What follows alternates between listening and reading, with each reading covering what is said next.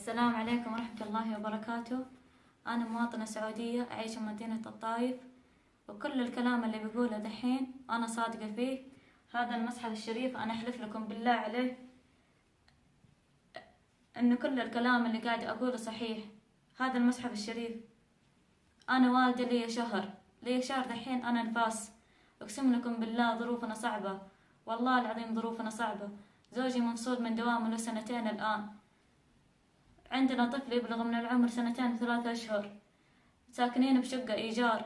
فاعل خير استأجرها لنا، دفع حق سنة مقدما، ولا نلاقي دخل مادي. سعيت ورا الضمان الاجتماعي لكن بدون فائدة. سعيت أرسلت برقية على الديوان الملكي، لي سنة الآن ما تم الرد علي. زوجي حاول يدور على وظيفة لكن ما لقي. ظروفنا صعبة، أقسم بالله ظروفنا صعبة. حلفتكم بالله يوم تشوفون هذا المقطع أنكم ما تقفلونه إلا أنتم راسلين على كل المضافين اللي عندكم. أقسم لكم بالله هذا الكلام اللي يقوله كله صحيح. أقسم لكم بالله. شوف المصحف الشريف، المصحف الشريف أنا حلفت لكم بالله عليه. أنا نفاس دحين لي شهر، بنتي عمرها شهر، هذا اللي بيني ديني طفلة عمرها شهر. أقسم لكم بالله ظروفنا صعبة، والله العظيم ظروفنا صعبة، ما نلاقي دخل مادي.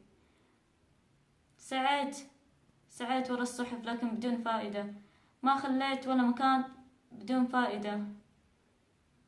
حلفتكم بالله يوم تشوفون هذا المقطع أنكم ترسلون لكل المضافين اللي عندكم. حلفتكم بالله من ذمتي لذمتكم ليوم القيامة، عشان صوتي يوصل للمسؤولين، عشان صوتي يوصل للملك سلمان يشوف معاناتي. امرأة سعودية تعاني، كأني لاجئة سورية، ما كأني مواطنة سعودية.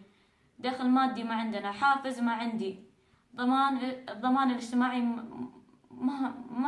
ما مسجلين فيه. ظروفنا صعبة، حياتنا صعبة. زوجي مهدد بالسجن، عليه مديونية 150,000. هذا كل اللي عندي. أبغاكم توصلون لأكبر عدد ممكن. حلفتكم بالله ارحموني وارحموا هذه طفلة عمرها شهر. حلفتكم بالله يا ناس، حلفتكم بالله يا ناس أنكم ترسلون لكل اللي عندكم، المضافين اللي عندكم. حلفتكم بالله. هذا رقم جوالي للي حاب يتأكد من حالتي، للي حاب يساعدني. هذا رقم جوالي 05063737403. حلفتكم بالله يا ناس. هذا المصحف الشريف مرة ثانية